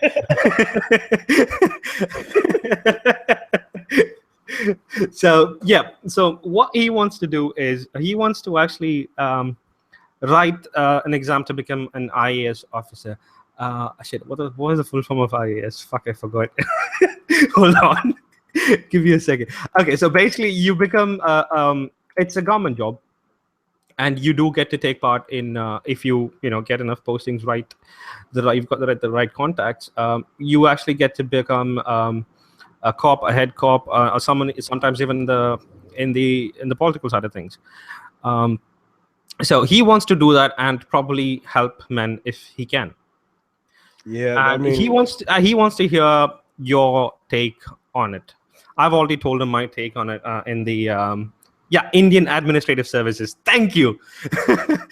Yeah, so he's already got my 2 cents on it. He wants to see what you think about it. Well, here's the thing.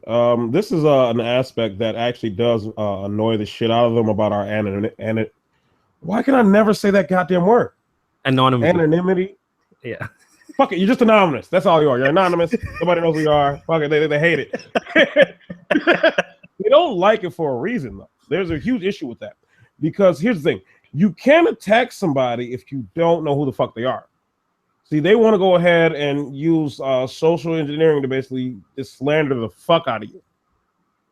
But they can't do that. And see, here's the thing. If you're let's be honest, if you're in like some type of position or something, you can be a bullshit artist and get away with anything. Just give some dumbass reason why you're really doing good work.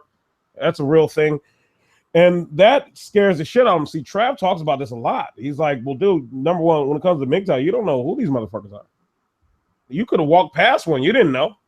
They could be a cop. They're probably not cops. We already went through that mentality. They're not going to do that. They could be eventually politicians because there are a lot of young guys coming around. Never know what their future is looking like. Okay, wait, hold on. This is what I was just actually looking for his comment. Okay, so this is what he said. Currently, I'm preparing for Civil Services 2018. I believe I have a really good shot at clearing it. However, I'm having confusion in picking the following career options as my first choice.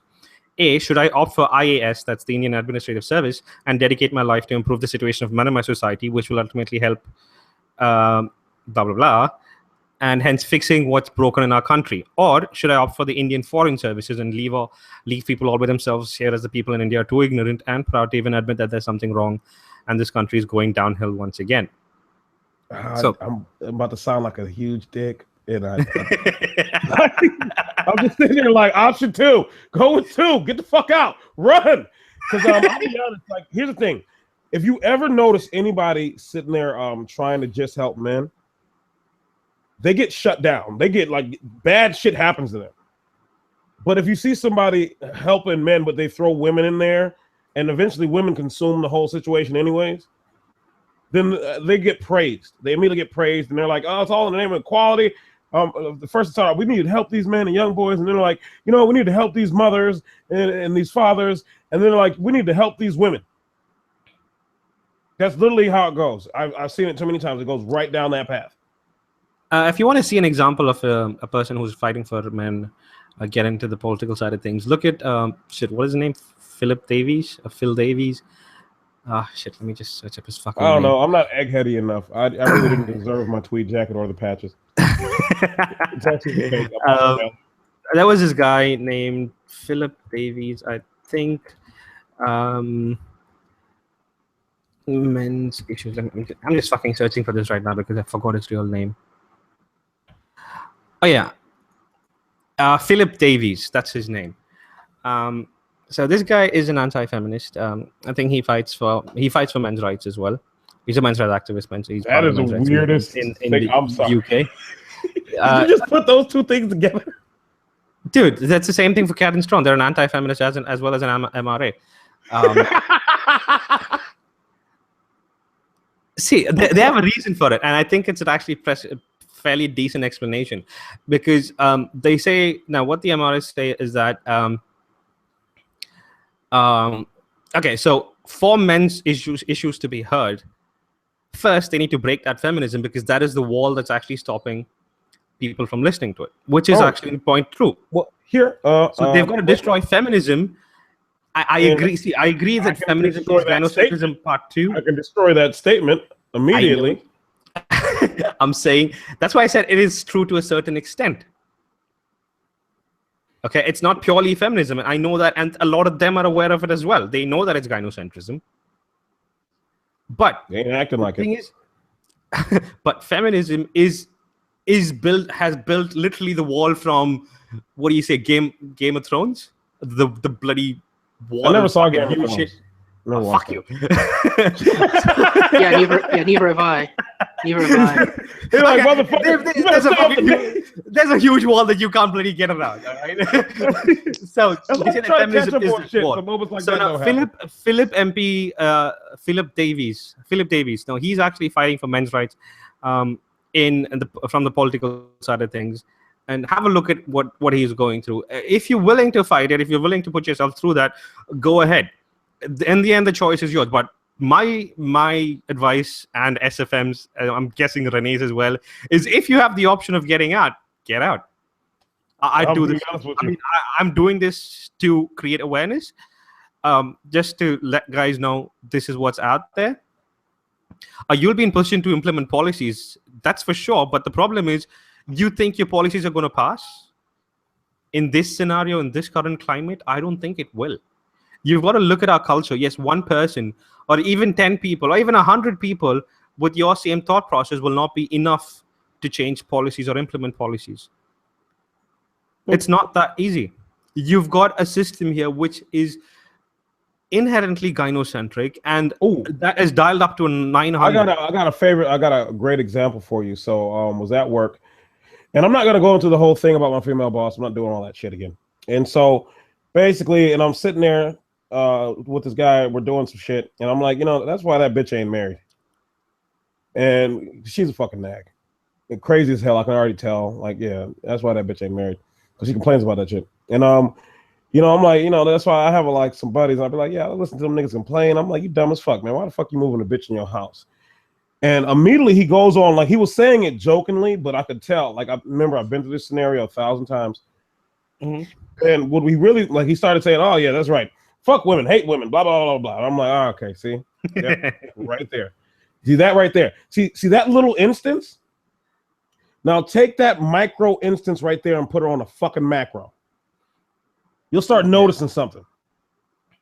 Yeah, and if you want the best example for how it would be to actually implement, how difficult it'll be for you to implement policies, look at what happened when in 2013 the Supreme Court of India wanted to make the rape laws gender neutral. The Supreme Court stated that the rape laws should become gender neutral, and the people that went against this was just one single group, the women's rights groups, literally feminists. That's it. Those are the only people that went against it. And what happened? You know the law right now. Nothing changed. If anything, it got a lot worse for men because they put in a lot more rules against men. Oh yeah, and also to a lot of those like MRA guys and everything like that. See, they talk about the joint custody. They want to pass that. Well, if you look at what happened in Brazil when they passed that, see, the guy still pays child support no matter what. 50-50 custody doesn't matter shit. They like, yeah, you still got to pay this bitch. And it's like, wait, what?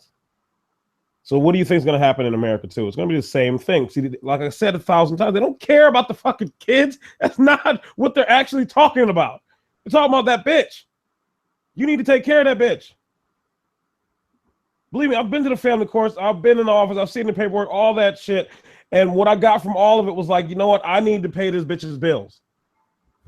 That's really what they were saying to me. I need to pay this bitch's bills. I need to help on her rent, all that shit, while still having my own shit to pay. That's really what they're saying. And they say it with a smile on their face, too. And that's exactly where it's always going to keep leading. I don't know. That's why I said I'm gonna keep doing this type of shit until I die. I'm just gonna keep talking, keep fucking talking. Because eventually some motherfuckers will finally get it. Hopefully they fucking get it. Because I see a lot of dudes out there with the mental disconnect. They just don't see it for what the fuck it really is. When I say they don't give a fuck about you, you are literally you're basically an animate object. That's what you are. That needs to do as requested. That's it. Your life doesn't matter. You don't matter. None of that shit. The only way it matters is if you're taking care of a bitch. See, a lot of people are like, oh, they try to give compliments on, oh yeah, you know, you got a wife and kids. That's dope. What they're really saying is, oh, you got a wife. Good. Keep doing that. And yeah, so Blizzard, that's mine and SFM's take on it. This is what we think. In the end, it's down to you what your choice is. I'm not going to stop you from fighting for men if you want to do it. And obviously, fucking I can't. But well, here's the thing. I'm gonna tell you exactly how that road goes, anyways. So you're gonna go ahead and you're like, I'm fighting for men's rights, blah blah blah blah blah, and the next thing you know, they're gonna say, well, you got to put a bitch in there. She's gonna basically hijack the whole shit, get all the attention, steer it wherever the fuck she thinks is beneficial towards her and women. That's how it normally goes. See, here's the thing. In MGTOW, we're not at the bargaining table. We walked away from that dumbass table because we realized, you know what, these bitches are some selfish, narcissistic, psychopathic, fucked up motherfuckers, and they don't give a shit if it'll save everyone and make everyone's life better because they're thinking about what they can get only. That's it.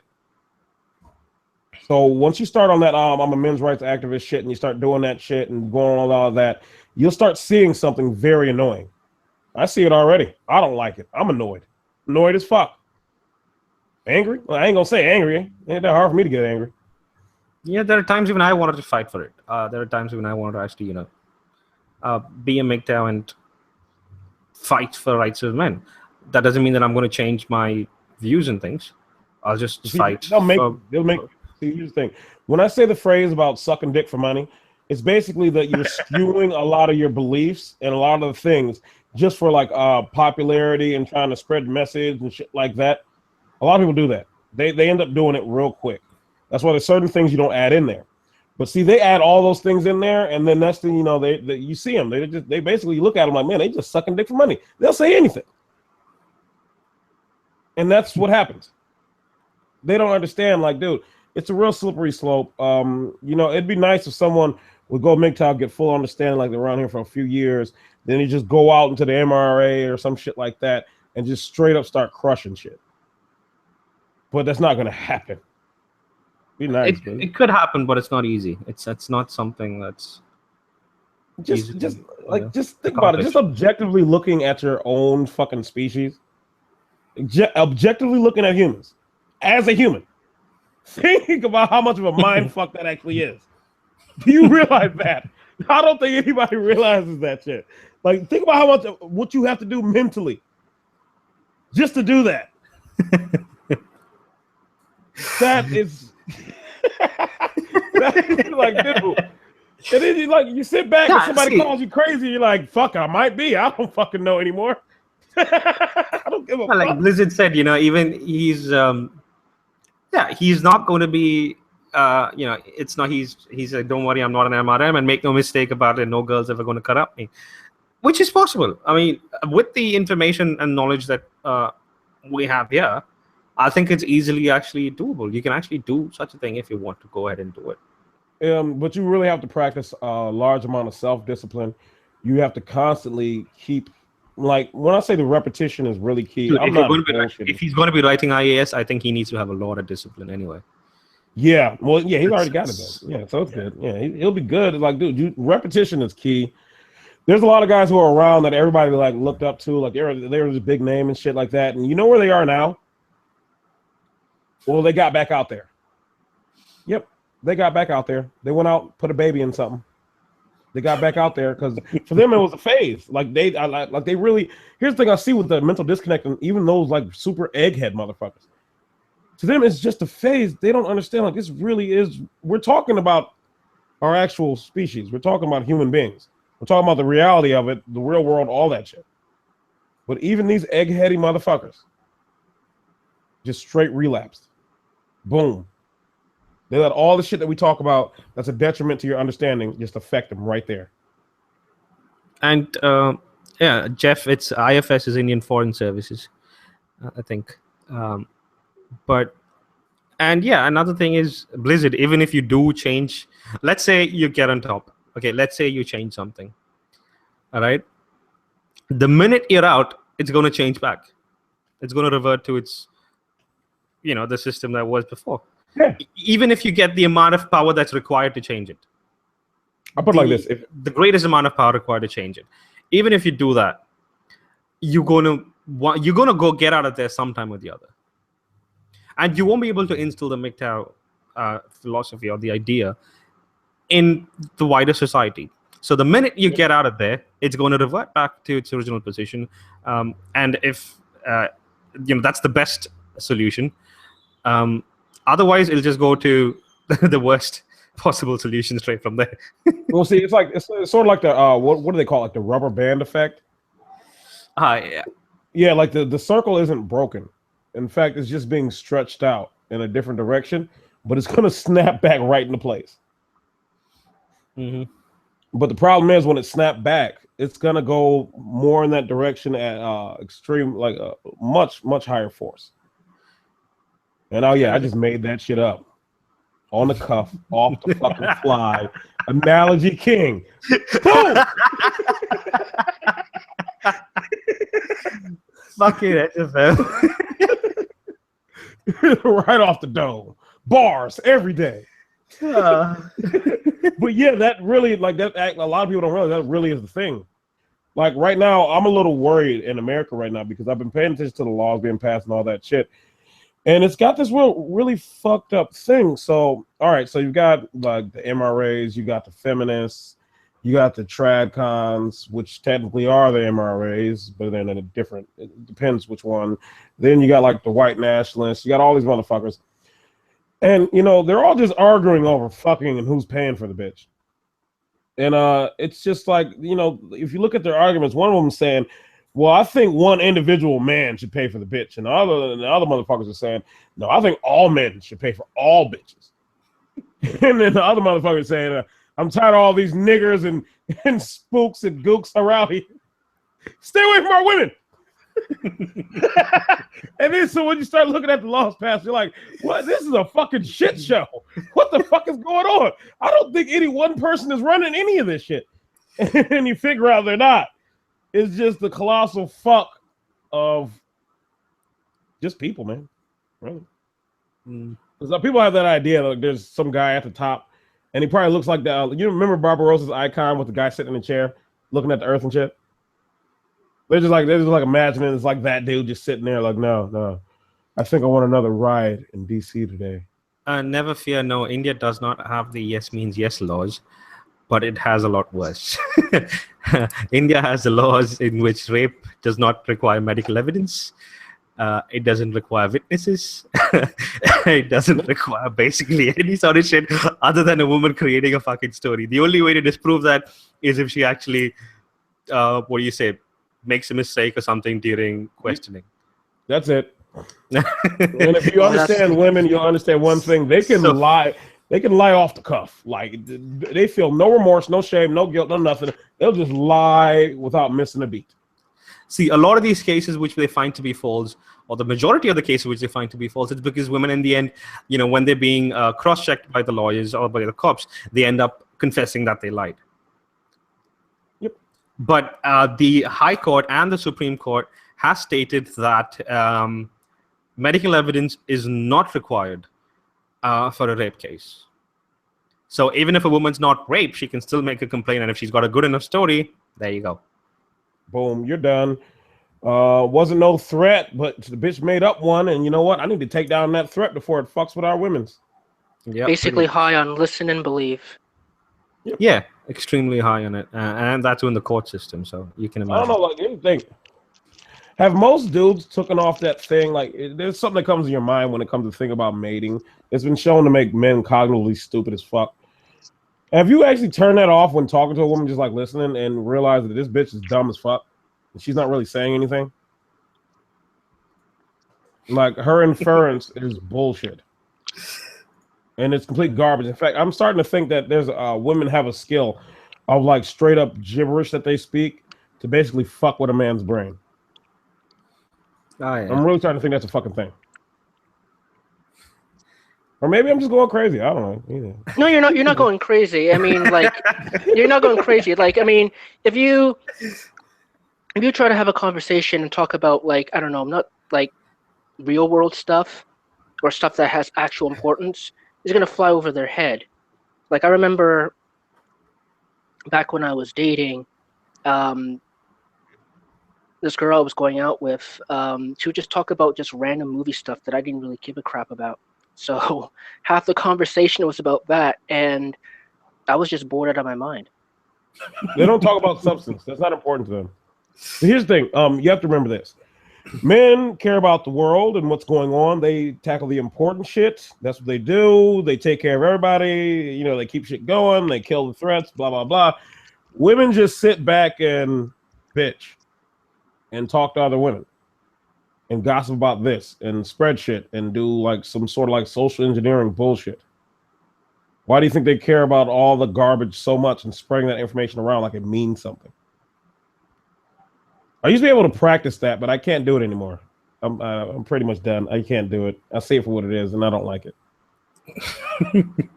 So yeah, that's why when you meet a lot of guys, you find out like let's say you go MGTOW, you get all this understanding all this shit, and you're talking to him, you're like, man, he sounds like a bitch right now. You're not talking about his tone or inflection or anything like that. You're talking about what he's conversating about. Mentally, that is a really effeminate male. Like women's stupidity is so overwhelming that anyone who comes into contact with it will become, in a way, infected by it. What the fuck? Who the hell said that? That's actually in the book. But no, that's a real thing. See, women do generate influence, and they make sure they keep that going. Like I remember, actually, it was my dad who said this. He said, men have business power, women have social power. And of course, like I said, he's still a simp. He's still blue pill as hell. But in a sense, it was him noticing something. Yes, women socially, like remember we talked about this shit when we did our talk on female aggression. Oh, yeah. Women socially do that on purpose. Like that's the strength, is the whole social thing. Because we got to remember, the bias towards women goes on both sides, and the spreading of the information is meant to really convey something. See, they use a lot of shitty words and crap and garbage in between, but they're really inferring something. That's really what's happening. And you got to muddy through the waters with all that bullshit. You ever tried to? I remember this one bitch. I tried to make her be direct. That shit lasted all of 10 minutes. She immediately just regressed right back to indirect manipulation. No hesitation. And motherfuckers are trying to tell us that we don't know what the fuck we're talking about. We see this shit in real life. It really goes on. Oh, you can just train a bitch. Let's see how long that lasts. Let's see how long that lasts until those instincts and bullshit kick in. And it's not long. Believe me, it happens pretty goddamn fast. Yeah. And it's one of those things. That's why I laugh at the dudes who are on that PUA bullshit and all that shit. Yeah, good luck, buddy. Because all that shit you think you learn and you know what to do and all this, I know how to game these bitches. Well, you even heard Vic just say, it's like, yeah, I do that, but I don't fuck them. Yeah, because once you've done that, yeah, it's over. Because now you owe them something. See, you may think you don't, but no, now you owe them something. So I remember I was younger thinking that I could just bang a bitch and then that's it. I ain't got to talk to this bitch anymore. Wrong, fuckity wrong. Oh, yeah, SFM. I think we'll we'll shut it down because I think you've got to go fucking live in some time. In about what is that? Half an hour? 20 minutes, I think. 20 minutes. Yeah. Minutes. Yeah. So we'll shut this down. Meet us over there, you Indian motherfuckers. No, I'm playing. All right. They're like, so racist. You fucking nigga. They say, an Indian MGTOW, Indian anti-MGTOW channel is gonna pop up. Definitely, fucking hell. I'm pretty sure that'll pop up sometime or the other. Exactly. Like, I heard that black bitch speak, and I'm tired of him. How dare he say those things? All right, guys. We're gonna close up for today. It was a good chat with Vic, SFM, and Renee. Guys, thanks for coming on, and we will be jumping onto SFM's channel. That's Staying Free MGTOW. So I can link y'all right here. Just put in the link. We'll come over to this channel. We'll be going live again in 20 minutes and talking shit again in 20 minutes. So yeah. Man.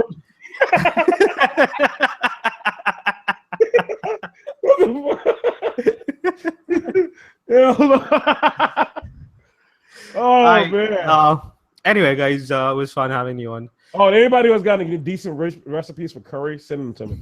I I'm not even bullshit. I'm dead ass serious. Like, I actually one day want to make my own curry. Really, I like cooking. Oh, fuck you. All right, guys. I'm fucking shutting it down. It's always good to end on a good note. It really is. It really is. Just a good note. That's how we ending this shit.